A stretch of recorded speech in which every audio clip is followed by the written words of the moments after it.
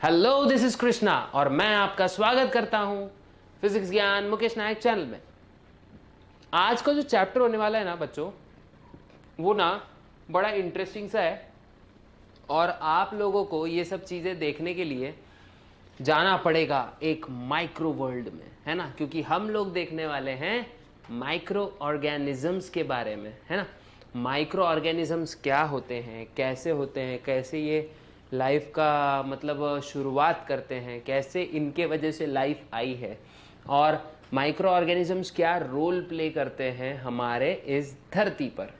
तो आप लोगों को मुझको यही बताना है कि हमारे डे टू डे लाइफ में माइक्रो ऑर्गेनिजम्स कहाँ कहाँ काम करते हैं, ठीक है, और क्या क्या इनके मतलब डेली नेसेसिटीज़ क्या है इनकी, और कैसे ये हमारे लाइफ में एक अच्छा और बुरा दोनों टाइप का रोल प्ले करते हैं। तो चलिए शुरू करते हैं बिना किसी देरी के और शुरू करते हैं आज का पहला एपिसोड, या फिर बोलेंगे लेक्चर नंबर 1 हमारा, जो कि है इंट्रोडक्शन टू माइक्रोबायोलॉजी। कौन सा वाला देख रहे हैं बच्चों? इंट्रोडक्शन टू माइक्रोबायोलॉजी, ठीक है। अब देखते हैं, शायद ये स्लाइड आनी चाहिए, हाँ अब आ चुकी है। इंट्रोडक्शन टू माइक्रोबायोलॉजी, ये वाला चैप्टर हम लोग देखने वाले हैं। देखो ये मामू कैसे देख रहे हैं यहाँ पे हमको, है ना, ये वाले मामू, है ना, खतरनाक है। और कुछ कुछ बैक्टीरियाज बहुत ज़्यादा काम के भी होते हैं, ठीक है। अगर हम इसको आगे बढ़ाएं तो इस टॉपिक के कंटेंट्स क्या क्या हम लोग देखने वाले हैं, क्या क्या इसमें हम लोग देखेंगे। तो देखो फर्स्ट कंटेंट अगर देखा जाए तो हम ये पढ़ेंगे कि भाई माइक्रोबायोलॉजी होती क्या है ना, what is mean bye microbiology, ये वाला हम लोग देखने वाले हैं। पहला हमारा कंटेंट, सॉरी पहला हमारा कॉन्सेप्ट ये रहेगा कि भाई माइक्रोबायोलॉजी होती क्या है। उसके बाद अगर मैं बोलूं, जो दूसरा कंटेंट है, सॉरी दूसरा कॉन्सेप्ट है, कंटेंट ही आ रहा है मेरे मुंह में बार बार आज, क्या पता कहीं टिकटॉक वाला कंटेंट तो नहीं याद आ रहा है, लेकिन ऐसा नहीं होना चाहिए। इट्स कंटेंट नॉट कंटेंट, और हम लोग देखने वाले हैं कॉन्सेप्ट्स के बारे में, ठीक है। सेकेंड वाला कॉन्सेप्ट है हमारा प्यारा व्हाट आर माइक्रोब्स, ठीक है। माइक्रोब्स क्या होते हैं, माइक्रो ऑर्गेनिजम्स क्या होते हैं, इसके बारे में भी हम लोग देखेंगे। फिर उसके बाद देखेंगे हमारे थर्ड वाले कॉन्टेक्स्ट की तरफ टाइप्स ऑफ माइक्रोब्स, है ना, कितने टाइप के माइक्रो ऑर्गेनिजम्स होते हैं, ये भी हम लोग देखने वाले हैं। उसके बाद useful and harmful micro organisms, हमारे लाइफ में यूजफुल ऑर्गेनिजम्स कौन से, हार्मफुल माइक्रो ऑर्गेनिजम्स कौन से, वो कैसे हमारे लाइफ में अलग अलग छाप छोड़ते हैं, इसी के बारे में हम लोग देखने वाले हैं उसमें। और उसके बाद नेक्स्ट कॉन्टेक्स्ट है हमारा हार्मफुल माइक्रोब्स कौन से हैं, है ना। यूजफुल तो देख लिए, यूजफुल कहाँ कहाँ काम आएंगे, कहाँ कहाँ नहीं काम आएंगे। उसके बाद देखेंगे हार्मफुल माइक्रो ऑर्गेनिजम्स कौन से, हार्मफुल माइक्रो ऑर्गेनिजम्स। उसके बाद देखेंगे इन्हीं माइक्रोब्स के इंडस्ट्रियल एप्लीकेशंस क्या होते हैं। इंडस्ट्रियल एप्लीकेशंस मीन्स कहाँ कौन सी इंडस्ट्रीज में ये माइक्रोब्स काम आने वाले हैं अपन लोग के। एवोल्यूशन तो नहीं बोलूँगा मैं, लेकिन हाँ पॉल्यूशन कैसे इन माइक्रोब से कम हो सकता है, ये भी हम लोग देखने वाले हैं, ठीक है। हाँ ये कंटेंट बाबा यहाँ से वहाँ उड़ के आ गए, ठीक है। तो अब देखेंगे what is microbiology, okay. Microbiology actual में होती क्या है। तो देखिए दोस्तों, ये होती है द ब्रांच ऑफ साइंस। क्या होती है ये ब्रांच होती है साइंस की जो डील करेगी स्टडी ऑफ माइक्रो ऑर्गेनिजम्स, ठीक है। The branch of science which deals with study of micro organisms, और इसी को कहेंगे हम लोग माइक्रोबायोलॉजी। अब माइक्रोबायोलॉजी से आप लोग के दिमाग में क्या आती है चीजें, बैक्टीरिया नहीं, इसमें फंगस भी आते हैं, कुछ कुछ एल्गीज भी आते हैं, है ना। तो ये होते हैं माइक्रोब्स। मतलब ये माइक्रो स्केल में जो भी ऑर्गेनिजम्स को हम नाप सकते हैं और जिन ऑर्गेनिजम्स को हम आंखों से नहीं देख सकते, इन्हीं को क्या कहते हैं हम लोग? Micro organism. क्या कहेंगे बेटा? Micro organisms. अब देखो, there are many microbes present on this planet. Variety of microbes है अपने इस प्लैनेट पे। ओके, हमारे इस प्लैनेट पे बहुत ज़्यादा माइक्रोब्स हैं, लेकिन हम लोग उसको देख पाते हैं क्या? उन चीज़ों को हम देख सकते हैं क्या? No, we cannot see them with our naked eyes. Can we see? No, we cannot see them with our naked eyes. अब क्या करें सर माइक्रोब्स देखने के लिए? क्या करना पड़ेगा? बोलो बोलो, कमेंट बॉक्स में तो बोलो। माइक्रोब्स देखने के लिए आप लोगों को चाहिए रहेगा अच्छे वाले माइक्रोस्कोप्स, है ना? तब हम लोग माइक्रो ऑर्गेनिजम्स को देख पाएंगे, है ना? तो they are seen with the help of, और they are observed with the help of microscopes. अब माइक्रोस्कोप्स तो दो टाइप के होते हैं। नॉर्मल वाले अपने यहाँ सस्ते, सस्ते बोले तो वो भी अच्छे खासे महंगे होते हैं, लेकिन स्टिल हमारे मतलब कंपैरेटिव एनालिसिस अगर करें तो वो थोड़े सस्ते होते हैं, जैसे सिंपल माइक्रोस्कोप। लेकिन इससे माइक्रोब्स इतने अच्छे नहीं दिखेंगे अगर हम यूज़ करेंगे कंपाउंड माइक्रोस्कोप। तब जाके हमको माइक्रो ऑर्गेनिजम्स अच्छी तरीके से दिख कर आएंगे, ठीक है? अब इन्हीं माइक्रोब्स में से कुछ देखो होते हैं बहुत ज़्यादा यूजफुल। अरे का होता है? यूजफुल होते हैं रे, है ना? यूजफुल होते हैं बहुत ज़्यादा। हमारे बॉडी की डेली एक्टिविटीज़ करवाने में भी हेल्प करते हैं ये, लेकिन आप लोग को तो कभी दिखा नहीं होगा, है ना?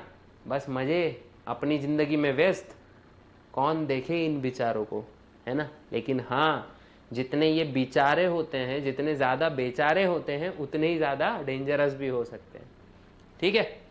उसके बाद कुछ तो होते हैं भाई खतरनाक, कतई खतरनाक, डेंजरस, है ना भाव? वेरी डेंजरस, डेंजरस होते हैं ये। जैसे टाइफॉइड के हो गए, है ना? साल्मोनेला टाइफी, बैक्टीरिया ही है, माइक्रोब है, लेकिन कितनी टेंशन टाइट करता है ना। यार मेरे को एक बात बताना, साल्मोनेला टाइफी में क्या क्या चीज़ें होती है? मतलब बॉडी में क्या होता है, क्या बवंडर मचता है बॉडी में? ज़रा कमेंट बॉक्स में बताना मुझको, है ना? उसके सिम्टम्स बताना। बवंडर आएगा, बवंडर बोलता है ना, साल्मोनेला टाइफी तो बोलता है बवंडर आएगा, है ना? तो साल्मोनेला टाइफी लेके आता है हमारे बॉडी के अंदर एक बवंडर। भूचाल भी आ जाता है कभी कभी तो, ठीक है? उसके बाद these microbes are like backup of life on this planet. अब मान लेते हैं कि कभी किसी समय हमारी पृथ्वी नष्ट हो जाती है, मतलब पृथ्वी पे से लाइफ नष्ट हो जाती है, ठीक है? तो लाइफ नष्ट होने के बाद में जो भी बच जाएगा, जो भी ट्रेसेस वगैरह बच जाएगा, तो वो क्या होगा? उस पे होंगे माइक्रोब्स। और कुछ माइक्रोब्स जो है ना, एक्सट्रीम कंडीशंस में भी जिंदा रह सकते हैं, और इसी एक्सट्रीम कंडीशंस की वजह से क्या होता है, नई लाइफ, मतलब एक्सट्रीम कंडीशंस में अगर ये रह पा रहे हैं तो न्यू लाइफ ओरिजिनेट होने में ज़्यादा समय नहीं लगेगा। तो इसको हम कह सकते हैं क्या कि यार माइक्रोब्स जो है ना, ये बैकअप ऑफ लाइफ है। और कंडीशन, कुछ स्टडीज से पाया गया है कि कुछ कुछ माइक्रोब्स स्पेस में भी सर्वाइव कर जाते हैं। तो क्या आपको नहीं लगता कि एलियन लाइफ हो सकती है? बोलो बोलो। अगर ऐसा है तो बताना कमेंट बॉक्स में ज़रूर कि आप एलियंस में बिलीव करते हैं या नहीं, ठीक है? अब देखेंगे हमारा नेक्स्ट स्लाइड में हम लोग देखने वाले हैं, देखो व्हाट आर माइक्रोब्स, है ना? माइक्रोब्स नामक ये बला होती का है रे बबुआ, है ना? और की होत है, क्या होता है माइक्रोब्स, ये हमने जानना है ना? तो वापस हम महाराष्ट्र में आएंगे और वापस हमारा काम शुरू करेंगे, है ना? तो माइक्रोब्स क्या होता है? अरे काय असतात हे माइक्रोब्स, है ना? आपल्याला एक प्रश्न पडत असन, है ना, कि व्हाट आर माइक्रोब्स? तो माइक्रोब्स देखो दोस्तों, are small living organism which can not be seen by naked eyes. देखो अपने आजू बाजू देखो, दिख रहे हैं क्या आपको छोटे छोटे जंतु? नहीं दिखेंगे, नहीं दिखेंगे। वो डेटॉल की एडवर्टाइज में भी क्या होता है पता है क्या? वो ऐसी एक मैग्नीफाइंग ग्लास आता है, उसमें भी मतलब वो मैग्नीफाइंग से देख रहे हैं ना, वो नेकेड आइज से कहाँ दिख रहे हैं, है ना? वो भी किससे देख रहे हैं? मैग्नीफाइंग ग्लास से। लेकिन उनको ये नहीं पता है शायद मैग्नीफायर ग्लास से माइक्रोब्स कैसे दिख सकते हैं। How India wants to know, but ऐसा कुछ होता है क्या? नहीं, वो तो कंपाउंड माइक्रोस्कोप से देखेंगे भाई, है ना? उसके बाद माइक्रोब्स जनरली यूनिसेल्युलर होते हैं, जनरली दे आर यूनिसेल्युलर। अब यूनिसेल्युलर मतलब क्या?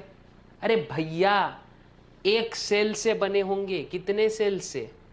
अरे गुरु बताओ। Made of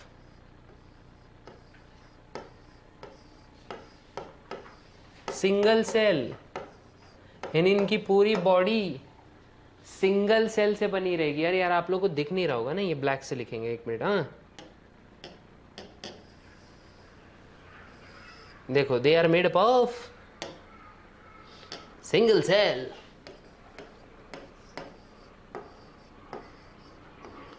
made up of single cell. एक सेकेंड,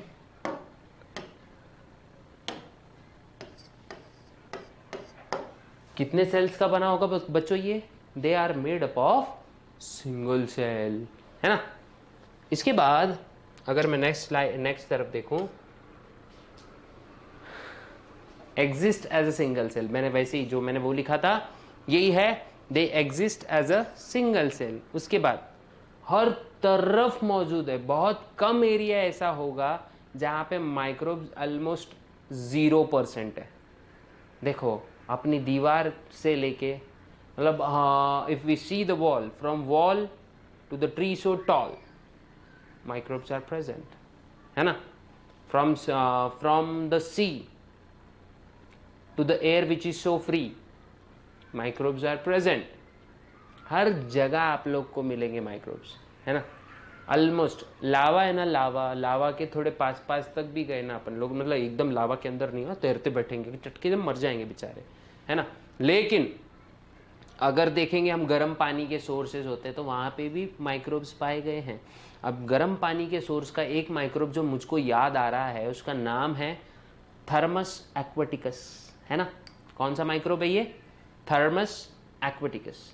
अब ये जो थर्मस एक्वाटिकस है ना, इसकी एक खासियत है, एक ऐसा एंजाइम प्रोड्यूस करता है जिसका नाम है टैक पॉलीमरेज।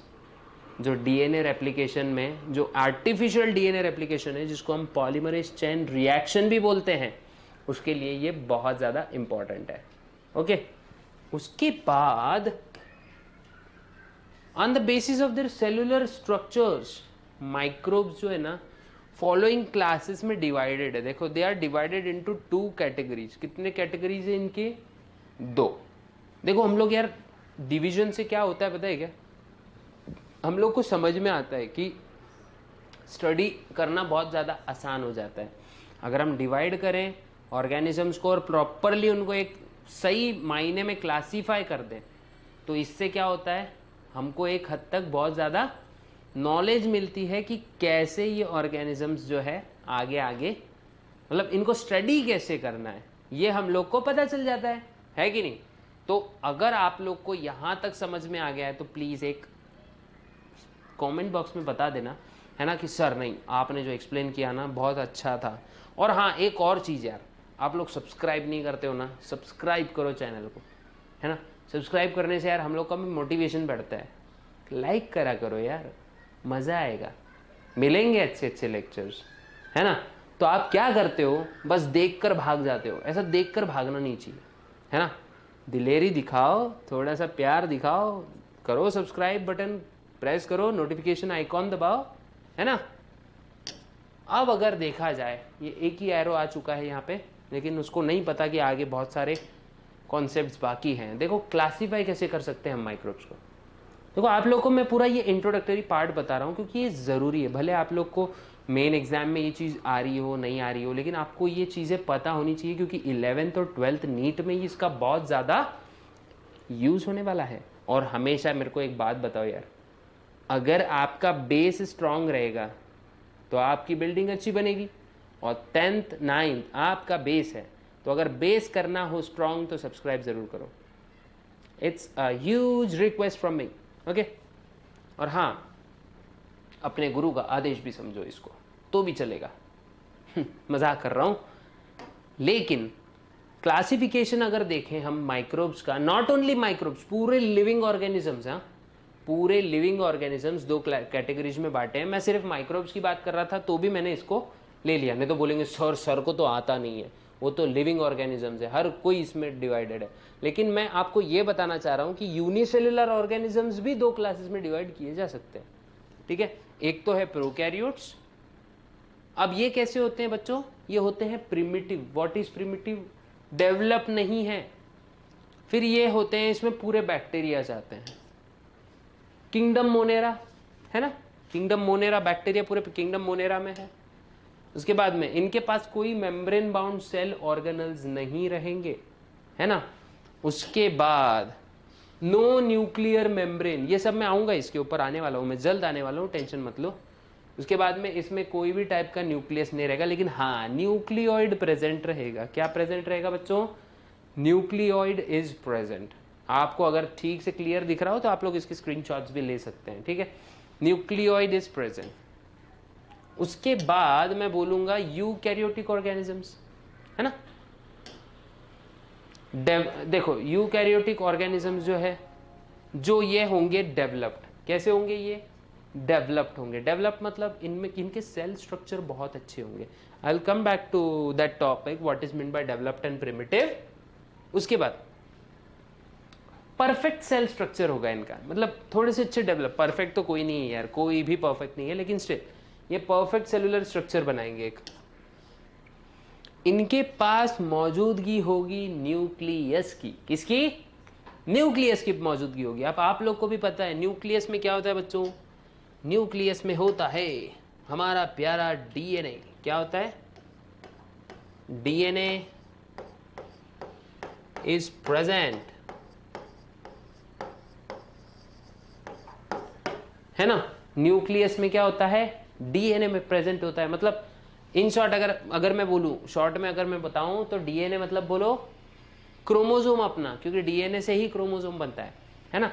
तो क्रोमोसोम न्यूक्लियस में प्रेजेंट होगा, इसीलिए ये क्या होगा? ये होगा सेल का हेडक्वार्टर। सेल का हेडक्वार्टर,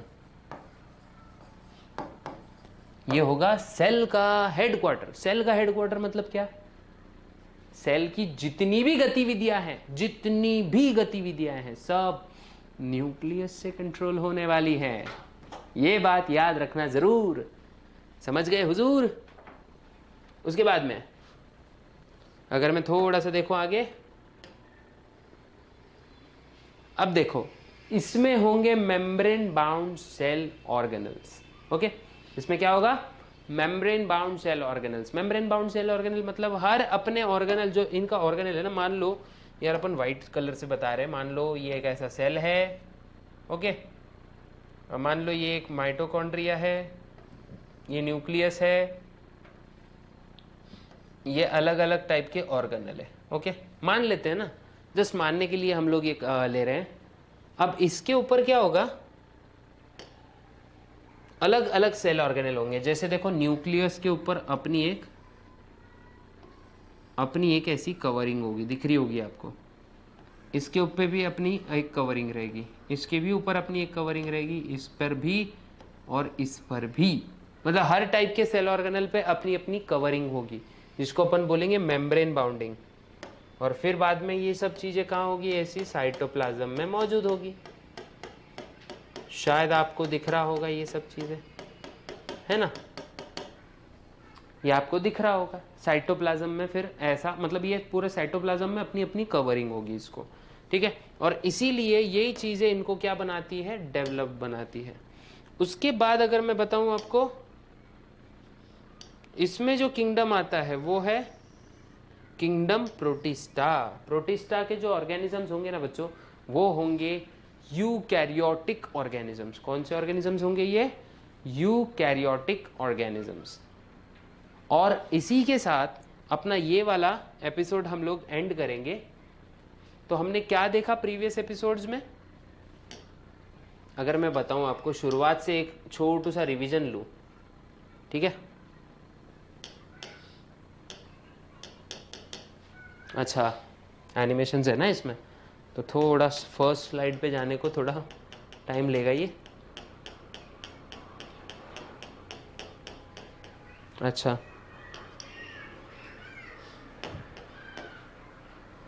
ठीक है। तो हमने क्या देखा?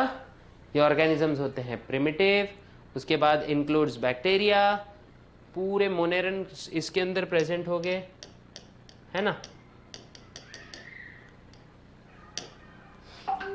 और ये हमारी स्लाइड यहाँ पे एंड होगी, आई थिंक सो।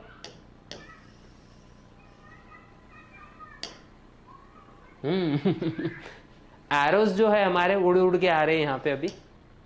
अब आया ये वाला एरो हमारा, ठीक है? तो ये सारे हम लोग ने इसमें देखे। तो अगर आपको ये लेक्चर प्रॉपर तरीके से समझ गया, एक बार मैं क्या करूंगा, आपको वापस से ये चीजें दिखा दूंगा, ठीक है? फॉर एग्जाम्पल अगर हम देखें, देखो हमने देखा माइक्रोबायोलॉजी, इंट्रोडक्शन टू माइक्रोबायोलॉजी। उसके बाद कंटेंट्स इसके क्या थे? What is microbiology. उसके बाद व्हाट आर माइक्रोब्स। उसके बाद types of microbes, then useful microbes, then harmful microbes, after this industrial application। अब देखो माइक्रोबायोलॉजी होती क्या है ना? The branch of science which deals with study of microbes.